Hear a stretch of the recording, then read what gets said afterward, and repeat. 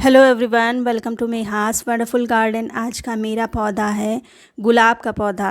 मई में आपको गुलाब की केयर कैसे करनी है, अगर आपका प्लांट कोई सूख रहा है, अच्छे से ग्रोथ नहीं कर रहा है, तो आपको क्या करना है, साथ ही साथ आपको कौन सा फर्टिलाइज़र डालना है और मैं कौन सा फर्टिलाइज़र आज डालने जा रही हूँ, वो सब कुछ आज इस वीडियो में पाएंगे। तो चलिए वीडियो को स्टार्ट करते हैं। फ्रेंड्स, आधा मई होने को है, लगभग होने ही को है, 2-3 दिन और बचे हैं। ऐसे में इस महीने में आपको अपने गुलाब के प्लांट पर क्या काम करना है और मैं क्या काम करूँगी वो आपको बताती हूँ। सबसे पहले तो इस महीने में देखिए फ्लावर आ रहे हैं, लेकिन फ्लावर का साइज़ दिसंबर जैसा बड़ा नहीं है, लेकिन फ्लावर आ रहे हैं। तो सबसे पहले तो आपको काम यही करना है कि आपको फ्लावर की चिंता छोड़ना है, फ्लावर से मोह त्यागना है। फ्लावर आप नवंबर, दिसंबर, जनवरी में ले लीजिएगा। अभी आपको अपने प्लांट को बचाना है, तो आपको अपने प्लांट को बचाने के लिए कुछ काम करना पड़ेगा। वही मैं आज करने जा रही हूँ। हालांकि मेरे प्लांट 1-2 ही क्रिटिकल कंडीशन में हैं, बाकी सब हेल्दी हैं, स्वस्थ हैं। तो सबसे पहले तो अगर आप अपने प्लांट को स्वस्थ रखना चाहते हैं, पानी का विशेष ध्यान रखिए। अगर आपके सिंडर में लगे हैं तो आपको ख्याल रखना ही है। मिट्टी में लगे हैं तब भी आपको सुबह शाम पानी का विशेष ध्यान रखना है। मिट्टी में भले एक टाइम कम दें पानी, लेकिन इन पे शावरिंग बहुत ही ज़्यादा ज़रूरी है। सिंडर में है तब तो आपको 2-3 बार करना ही पड़ेगा। जैसे कि एक बार मैं सुबह 6:30 बजे के लगभग इन पे शावरिंग करती हूँ तो मिट्टी में पानी जाता ही होगा। दूसरा 11-12 बजे आती हूँ तो मैं इनमें पानी से शावरिंग करती हूँ, और साथ ही साथ अगर मिट्टी सूखी होती है तो मिट्टी में भी देती हूँ। शाम को तो शावरिंग होती ही है, बट मिट्टी में मैं नहीं देती, सिंडर थोड़ा सा गीला कर देती हूँ। ये मेरा रूटीन रहता है पानी देने का। दूसरा, इस मौसम में बहुत ही ज़्यादा पेस्ट अटैक होता है, तो पत्तियाँ अगर आपकी हेल्दी रहेंगी, स्वस्थ रहेंगी, तभी आपका प्लांट स्वस्थ रह पाएगा। क्योंकि अगर प्लांट में पत्तियाँ ही नहीं बचेंगी तो प्लांट खाना नहीं बना पाएगा, प्लांट धीरे धीरे ख़राब होने लगेगा। तो एक तो काम आपको करना ही है कि अपने प्लांट की पत्तियों को सेव करके रखना है, ये चीज़ ज़रूरी है।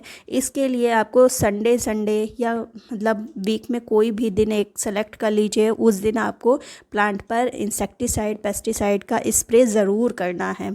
जैसे कि मैं करती हूँ, मेरा ये है कि मंडे मैं इंसेक्टिसाइड और का स्प्रे करती हूँ। तो मेरे पास 2-3 हैं। वैसे तो आपने वीडियो में देखा ही होगा कि नीम ऑयल का स्प्रे करिए, लेकिन नीम ऑयल का मैंने भी स्प्रे करके देखा है, लेकिन मुझे रिज़ल्ट इतना अच्छा नहीं मिला। या तो फिर आप 2-3 दिन पर स्प्रे करें नीम ऑयल का, तब तो आपका प्लांट सुरक्षित रह सकता है। लेकिन अगर आप 1-2 दिन भी डिले कर देंगे तो आपका प्लांट फिर चला जाएगा। तो एक बार ये पेस्ट अटैक कर देते हैं तो बहुत मुश्किल हो जाता है इनसे छुटकारा पाना। तो इसलिए आप गुलाब के प्लांट में केमिकल का ही प्रयोग करें तो ज़्यादा अच्छा है। मैं 2 तरह रखती हूँ, एक प्रोफेक्स करके है मेरे पास और एक इमीडा है। दोनों को अल्टरनेट डेज, मतलब एक बार इमीडा और एक बार प्रोफेक्स, इन दोनों का मैं स्प्रे करती हूँ, जिसके कारण मेरी पत्तियाँ प्लांट की स्वस्थ बनी रहती हैं। दूसरा, जितने भी आपके प्लांट में फ्लावर हैं उन सबको हटा दीजिए। हटाने का मकसद ये है कि प्लांट पर इस समय उतनी अच्छी फर्टिलाइज़र नहीं दे मिल रहा है, क्योंकि हीट बहुत ज़्यादा है, तो फर्टिलाइज़र मिल नहीं रहा है। और अगर आप इनसे फ्लावर लेंगे तो आपका प्लांट हो जाएगा कमज़ोर। तो इस महीने में, मई और जून में, आप इनसे फ्लावर मत लीजिए, इनको ग्रो करिए, मतलब ग्रोथ इनसे लीजिए। अब ज़रा इस वाले प्लांट को देखिए। इस वाले प्लांट की कंडीशन बिल्कुल ही ख़राब हो चुकी थी, लग रहा था बिल्कुल बचेगा ही नहीं। तो अब बचने का की चांसेस तो हैं, क्योंकि ब्रांच में मॉइस्चर बना हुआ है। अगर बचना ना होता तो मॉइस्चर ख़त्म हो जाता, सिकुड़ जाती ब्रांच, लेकिन ब्रांच अच्छी है तो ये बच जाएगा। इसकी कंडीशन इसलिए इतनी ख़राब हुई थी क्योंकि ये प्लास्टिक के इस तरह के पॉट में था। मैं दिखाती हूँ, जैसे इस तरह के पॉट में था। दूसरा, ये मिट्टी में था, तो हो सकता है कि मिट्टी अच्छी ना बनी हो, तो इसलिए इसमें ख़राब होने लगा था। तो पूरी तरह से प्लांट ख़राब हो जाए उसके पहले अगर आपको थोड़ा सा भी डाउट लगता है कि प्लांट अच्छी उसमें नहीं है, पत्तियां पीली होने लगी हैं, तो उसको तुरंत हटा दें उस मिट्टी से। ध्यान रखिएगा कि उसकी जो रूट बॉल है वो टूटनी नहीं चाहिए। रूट बॉल सहित आप उठाएंगे और एक अच्छी मिट्टी के साथ में, जैसे कि ये मिट्टी मैंने बनाई है, इसमें मैंने सिंडर भी मिक्स किया है। अब इस मिट्टी में पानी के ठहरने के चांसेस बहुत ही कम हो जाता है। अगर पानी अंदर मिट्टी में ठहर रहा है तो इसका मतलब है कि रूट गलने की चांसेस रहेंगी, रूट में फंगस लग जाएगा, तब प्लांट आपका सरवाइव नहीं कर पाएगा। तो अगर आपका भी प्लांट ऐसा ही है तो आप यही काम करिए, पूरी तरह से मर जाए इससे बढ़िया कुछ उस पर काम करिए, उसको बचाने की कोशिश करिए। एक बात मैं ये बताए दे रही हूँ कि मैं कोई बहुत बड़ी रोज़ारियन नहीं हूँ और बहुत 10-15 साल से रोज़ ग्रो भी नहीं कर रही हूँ। मैं 5-6 साल से ग्रो कर रही हूँ और हर साल एक्सपेरिमेंट करती हूँ। जैसे कि इस बार मैंने अपने प्लांट को सिंडर में भी लगाया है, मिट्टी में भी लगाया है और सिंडर और मिट्टी दोनों को मिक्स करके भी लगाया है। तीनों का मैं रिज़ल्ट देखूँगी, पूरे साल देखूँगी और जिसमें मुझे अधिक सफलता मिलती है फिर आगे मैं उसी मीडिया में प्लांट को लगाना स्टार्ट करूँगी। धीरे धीरे जब आपके प्लांट ख़राब होते हैं या अधिक अच्छा रिज़ल्ट देते हैं, उसी से हम सीखते हैं। मैं सीख रही हूँ वो आपके साथ शेयर कर रही हूँ। दूसरा जो सबसे इम्पॉर्टेंट काम है वो है फर्टिलाइज़र का। कुछ के मन में होगा कि इस मंथ में कौन सा फर्टिलाइज़र देना चाहिए, तो मैं इस जो गर्मियों के मंथ होते हैं जैसे कि अप्रैल, मई, जून, इन 3 महीने मैं केमिकल फर्टिलाइज़र का यूज़ बहुत ही कम करती हूँ। बहुत मतलब नाम मात्र का, जिस दिन बदली हुई उस दिन भले कर दिया, बाकी मैं केमिकल फर्टिलाइज़र का बिल्कुल भी प्रयोग नहीं करती।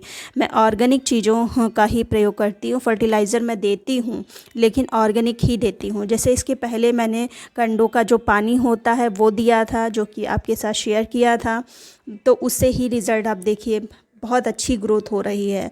दूसरा आज मैं देने जा रही हूँ। और एक चीज़ और समझ लीजिए, जब आप गुलाब को ग्रो करते हैं तब आपको ये नहीं कि हाँ दिमाग में आया फर्टिलाइज़र देना है तब फर्टिलाइज़र दे दिया, जब दिमाग में आया कि इस पे स्प्रे करना है, कीड़े बहुत ज़्यादा पेस्ट परेशान कर रहे हैं, तब आपने स्प्रे कर दिया, तो ऐसे आपका प्लांट नहीं चल पाएगा। इनको सिस्टमेटिक ढंग से आपको फर्टिलाइज़र भी देना पड़ेगा और इंसेक्टिसाइड का स्प्रे भी करना पड़ेगा रेगुलर बेसिस पर।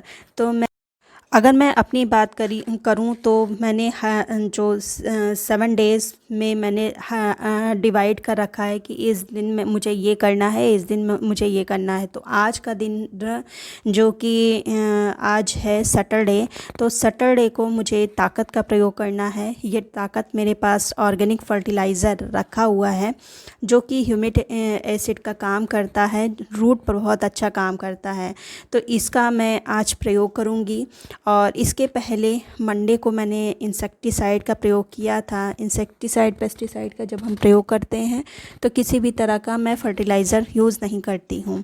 आज मैं इसका प्रयोग करने जा रही हूँ। इसका प्रयोग करना है चूँकि इस समय गर्मी बहुत ज़्यादा है, तो मैं इसकी क्वांटिटी आधी ले रही हूँ। 20 लीटर मैंने पानी लिया है और ये जो होता है ये दवाई, बच्चों की दवाई में आता है, उसी से मैं नाप के दे रही हूँ। ये 5 ml है और उसको मैं 20 लीटर पानी में मिक्स कर रही हूँ। तो वो आप अपने हिसाब से अंदाज़ा लगा सकते हैं कि कितना देना है। और ये थोड़ा सा थिक होता है और एकदम ब्लैक होता है, तो खूब अच्छे से इसको मिक्स कर लेना है और छोटे और बड़े दोनों ही प्लांट्स पर देना है। यहाँ तक कि मैं तो अपने हिबिस्कस के भी प्लांट पर देती हूँ, तो अच्छा इसका रिज़ल्ट होता है। रूट बहुत अच्छे से ग्रो होती है। आप मेरे प्लांट्स देखिए, हैं छोटे ही छोटे लेकिन बहुत अच्छे चल रहे हैं। गुलाब को आप पत्तियों से ही पहचान सकते हैं कि इसकी कंडीशन क्या है, हेल्दी है या बीमार है। दूसरा, अगर आपके पास ताकत नहीं है तो आपके पास कोई भी ह्यूमिक एसिड है उसका आप प्रयोग कर सकते हैं। ह्यूमिक एसिड ऑर्गेनिक होती है, आप गर्मियों में आराम से प्रयोग कर सकते हैं। बस क्वांटिटी जितनी आप सर्दियों में लेते हैं उसकी आप आधी ही लीजिएगा और 7 दिन में कम से कम एक बार तो आप इसका प्रयोग करिए ही। प्लांट की रूट बहुत अच्छे से काम करेगी। अगर रूट अच्छे से काम करेगी तो ऊपर आपको रिज़ल्ट देखने को मिलेगा। इस तरह से आप अपने प्लांट की केयर करेंगे तो आपके भी प्लांट हरे भरे रहेंगे। मैं ये नहीं कहूँगी कि फ्लावर से भरे रहेंगे, क्योंकि इस महीने में मैं फ्लावर पर जोर नहीं देती, ग्रोथ पर जोर देती हूँ।